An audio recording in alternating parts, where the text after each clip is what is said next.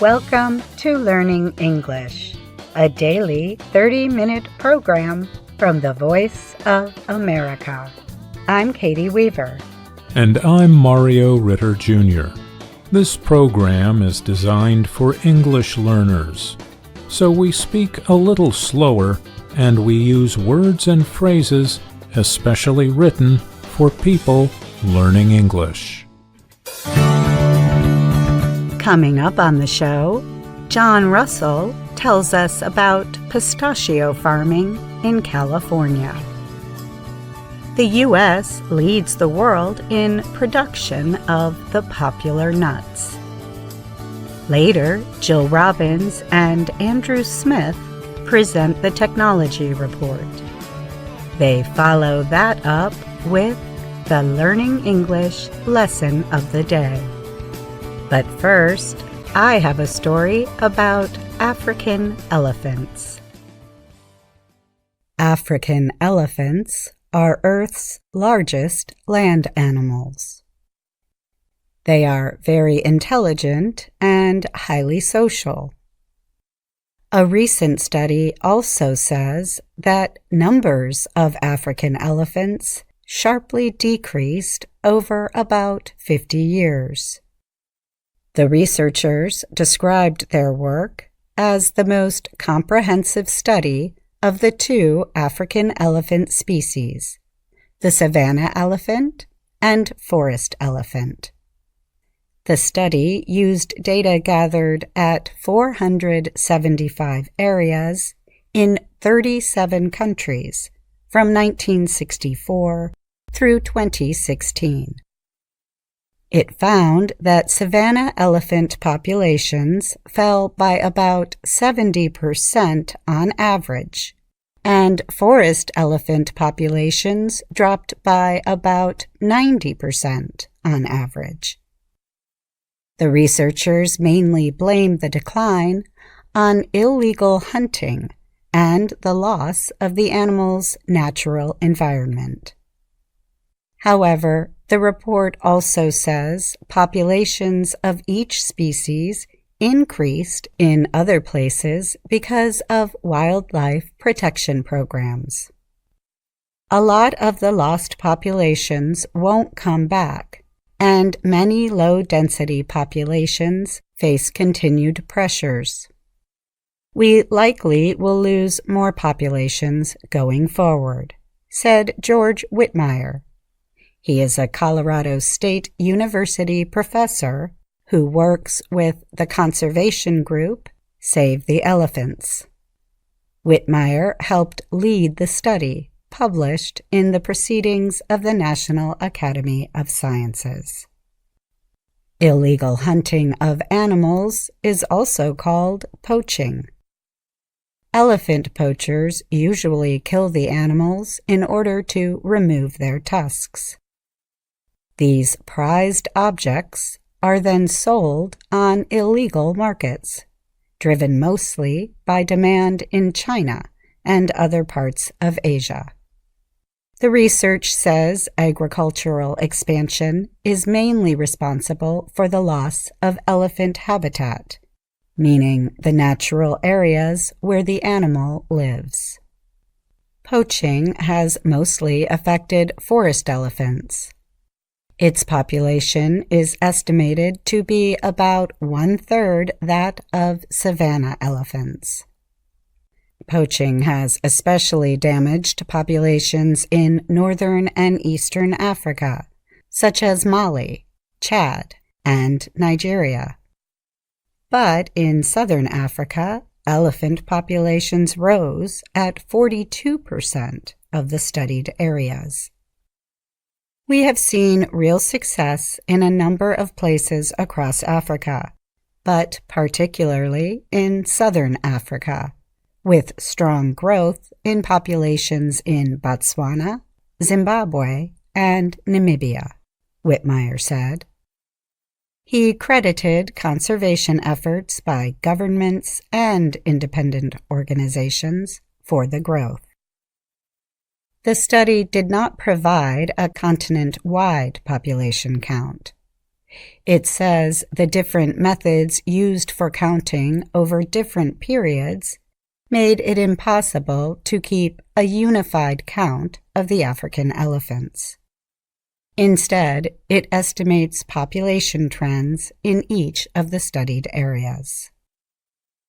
A separate report from conservationists places the population of African elephants at between 415,000 and 540,000 as of 2016, the last year of the study period. It remains the most recent comprehensive continent-wide estimate. Colorado State's Whitmire said, "While the trends are not good, it is important to recognize the successes we have had and continue to have. Learning how and where we can be successful in conserving elephants is as important as recognizing the severity of the decline they have experienced." I'm Katie Weaver.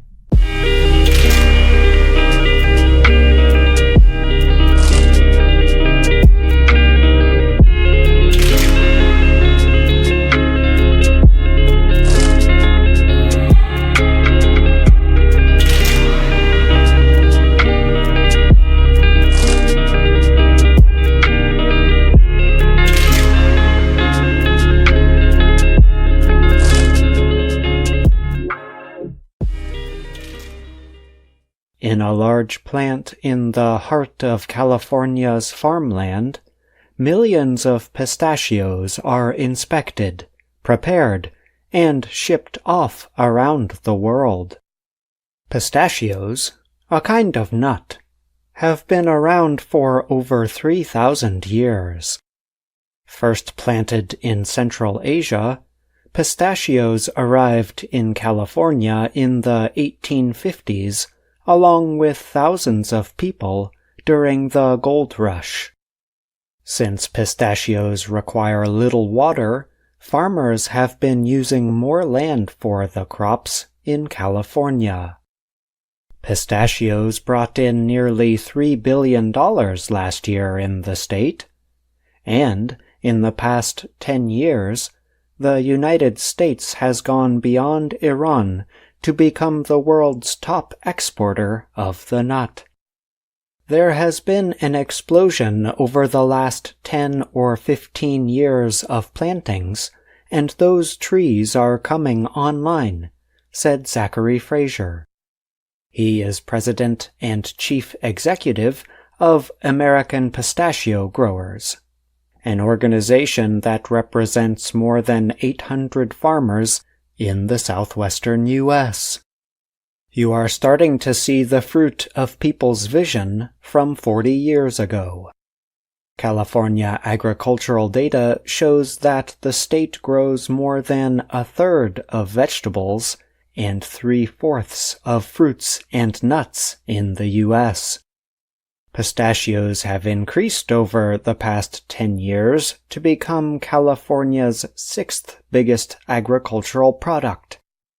The nuts have increased in value ahead of long-time crops, such as strawberries and tomatoes, the data shows.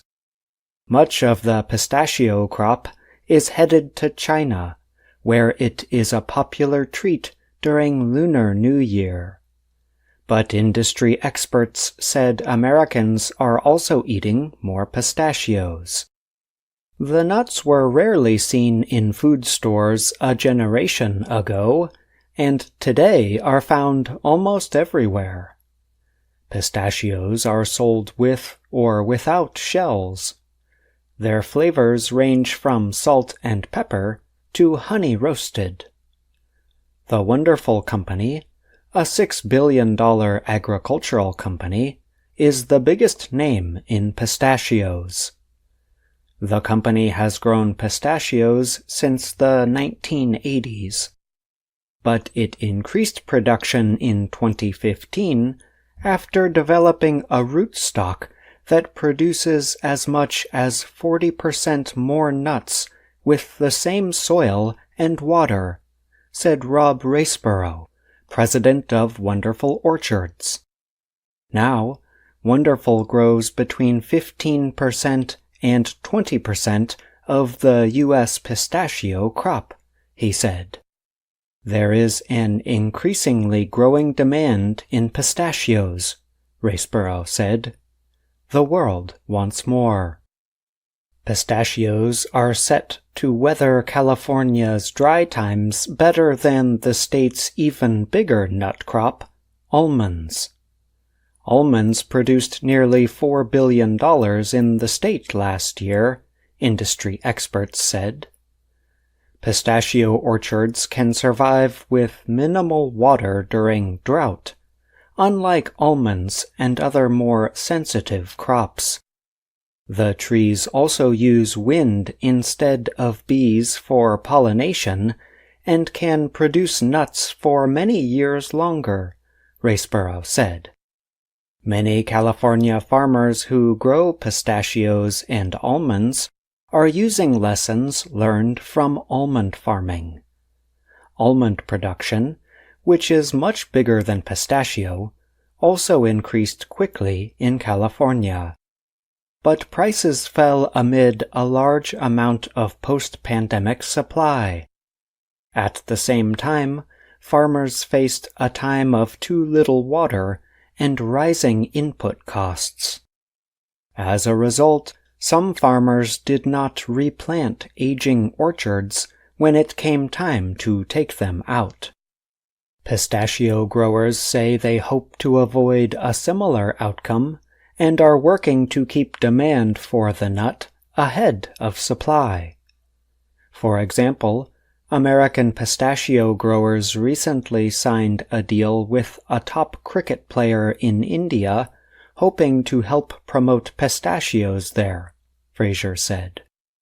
The rise of pistachios is part of California farmers' move into perennial crops, commanding higher returns than products such as cotton. Perennial crops, which are not replanted every year, cannot just be changed out during dry years. As a result, they can be difficult during long periods with too little water, said Brad Franklin of the Public Policy Institute of California. But pistachios have benefits that other perennial crops do not have. They can go longer without water and grow in salty soils. That may make them appealing to California farmers who are facing limits on how much groundwater they can use under a new state law, he said. I'm John Russell.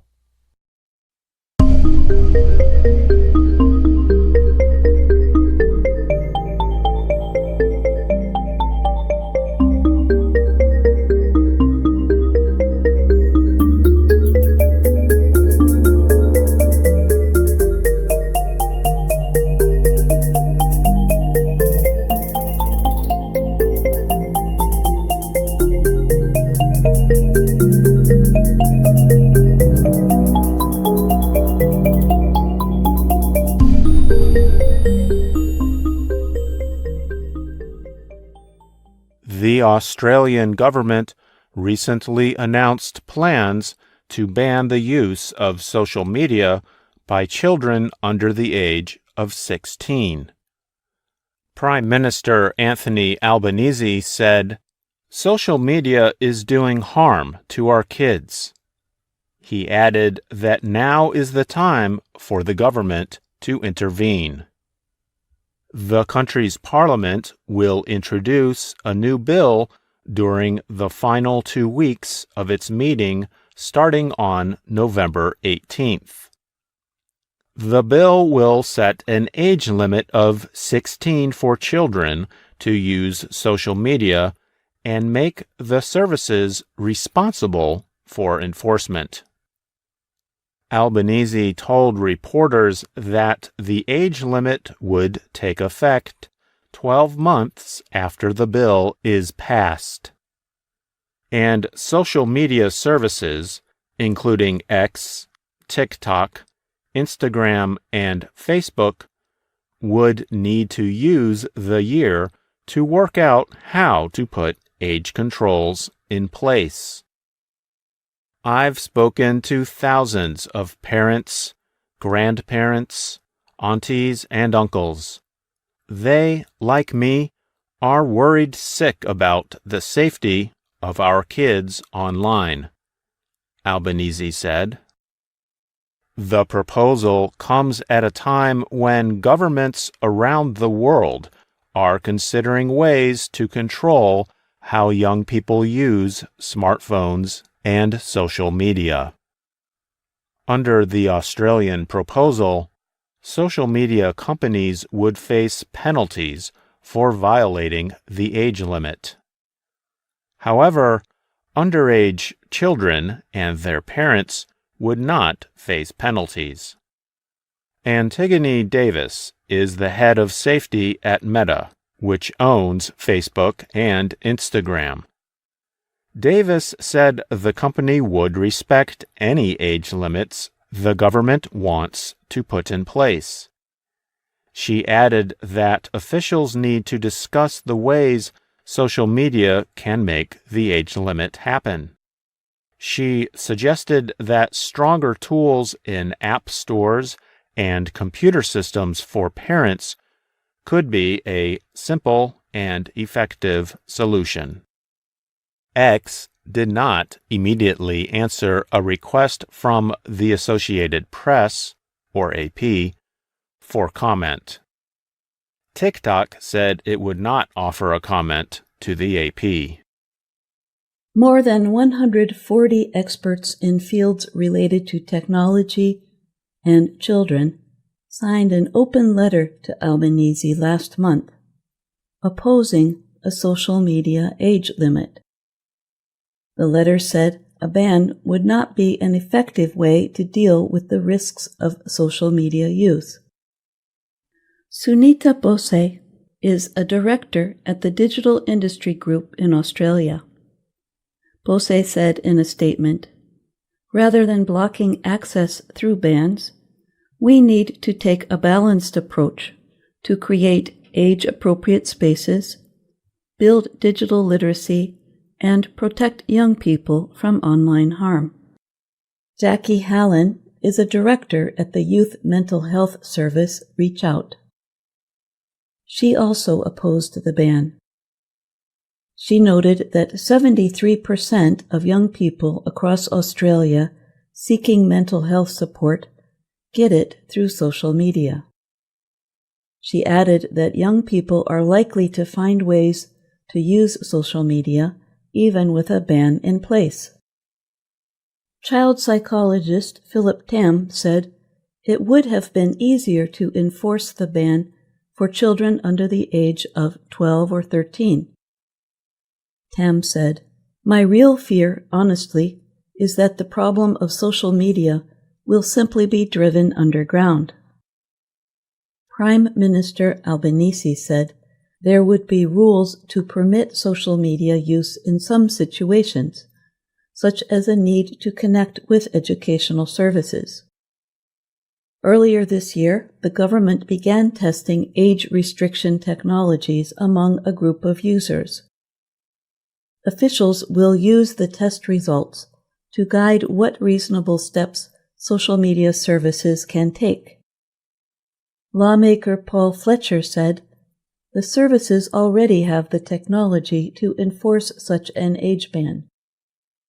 He added that if the law for controlling social media use is well written, Australia can get the results it wants. I'm Jill Robbins. And I'm Andrew Smith.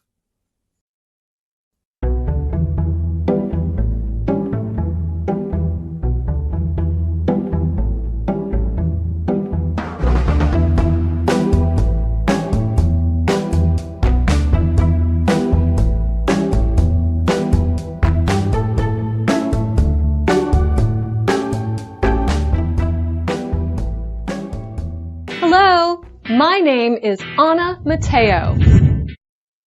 My name is Andrew Smith. And I'm Jill Robbins. You're listening to the Lesson of the Day, on the Learning English podcast. Today's lesson helps you do more with Level 2 of our video series, Let's Learn English. This series shows Anna Mateo in her work and life in Washington, D.C. Today's lesson explains how we relate or connect two events in the past that happened at different times. In Lesson 3 of Level 2, Anna and her new work partner Pete talk about why they did not arrive at a meeting on time. But they disagree about the reasons they were late. Let's listen first to what Anna says. You two are late. Exactly 43 minutes late. What happened? He had to get his special coffee. Special coffee. She had to feed her birds. Her birds? Of course I have to feed the birds. Who's going to It's very them? special coffee. I- You don't have any Okay, taste. okay. I can see already that you two need my help. You can't both talk at the same time. You have to take turns. All right, Anna, you go first. Sure. Kelly, see, Pete and I live in the same building, so we decided to meet at 8 a.m. 8 a.m. to come to work together. I had waited 15 minutes when Pete arrived.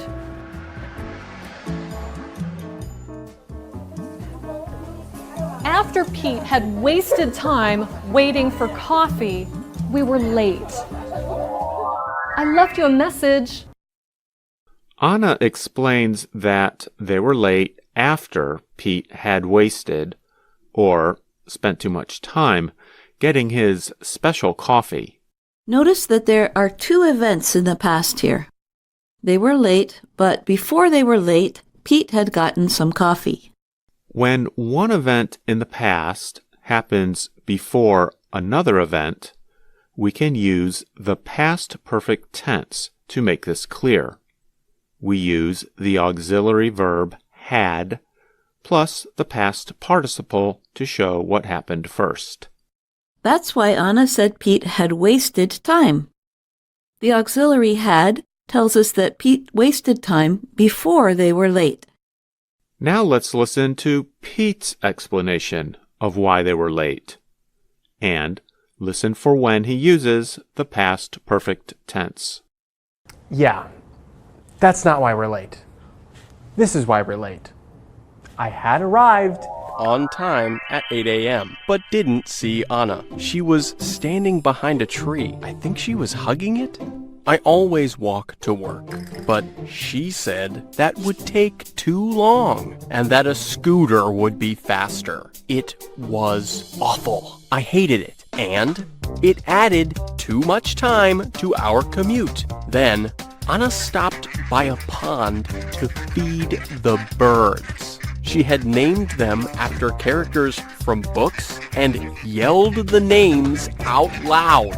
Romeo, Juliet, Sherlock. By the time she had fed all the birds, we were late. Did you hear Pete use the past perfect? Listen again to this sentence.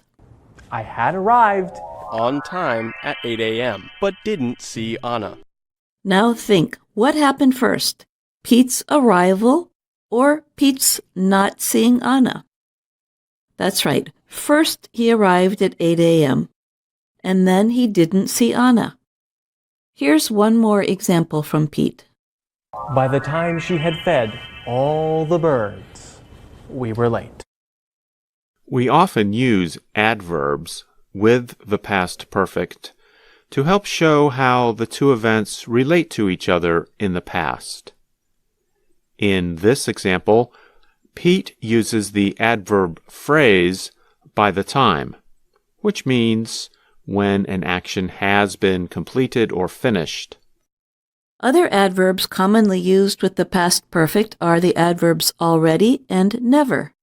For example, we might say, I had already seen that movie, so I didn't go with my friends when they went to see it. I had never given a speech before, so I felt nervous. Jill, those are good examples, but what about those times when we say had? That might sound a little strange or perhaps surprising to some of our listeners. That's true, but if the main verb is have, the past participle of have is had. And because we use the auxiliary had, that gives us the two words had. Of course, it's easier to understand if you hear it in a sentence, like this one. Because I had had such a hard time learning, my professor didn't think I should continue with that subject. We should also tell our listeners that when they watch Lesson 3 of Level 2, they can see and hear Professor Bott explain more about the past perfect. But now let's listen to the person Anna and Pete meet and see what she thinks about their disagreements. This is what I think. You two see the same event very differently. Does this happen often with you two? Yes. No. Yes. No. What are you talking about? Okay, this is good. It's good to see things differently. I have an idea. We will call the show He Said, She Said. For every story, you tell a different point of view. That is a great idea, Kelly. Pete, we are different. That's why I thought of you for this job. I think you two understand perfectly. Let's get to work. Having more than one point of view or way of thinking about things can be very useful for a team that is working on a project. That's true. However, if you have too many points of view, that can also be a problem. True. We have an idiomatic expression that relates to that. We say, too many cooks spoil the broth. Broth is another word for the liquid in soup. The expression, too many cooks spoil the broth, means if you have too many people trying to be in charge or in control, it's difficult to get the job done. Well, luckily for our podcast, we normally just have 2 cooks, so I think it works out pretty well. I hope our listeners agree. Listeners, we'd like to hear from you. Have you ever worked with someone who is very different from you? Write about it to us at learningenglish@voanews.com. And remember that each lesson of Let's Learn English comes with a lesson plan you can download for free. It has lots of activities you can use to practice English. And don't forget that you can also find us on Facebook, YouTube, and Instagram. And be sure to share the lesson of the day and other programs from Learning English with your friends and family. And thank you for listening. I'm Andrew Smith.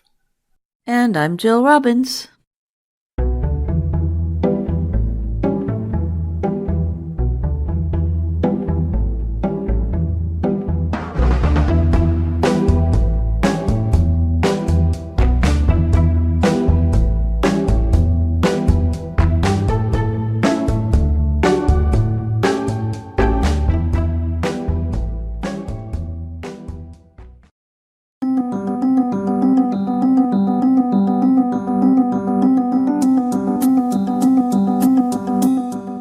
That's our show for today.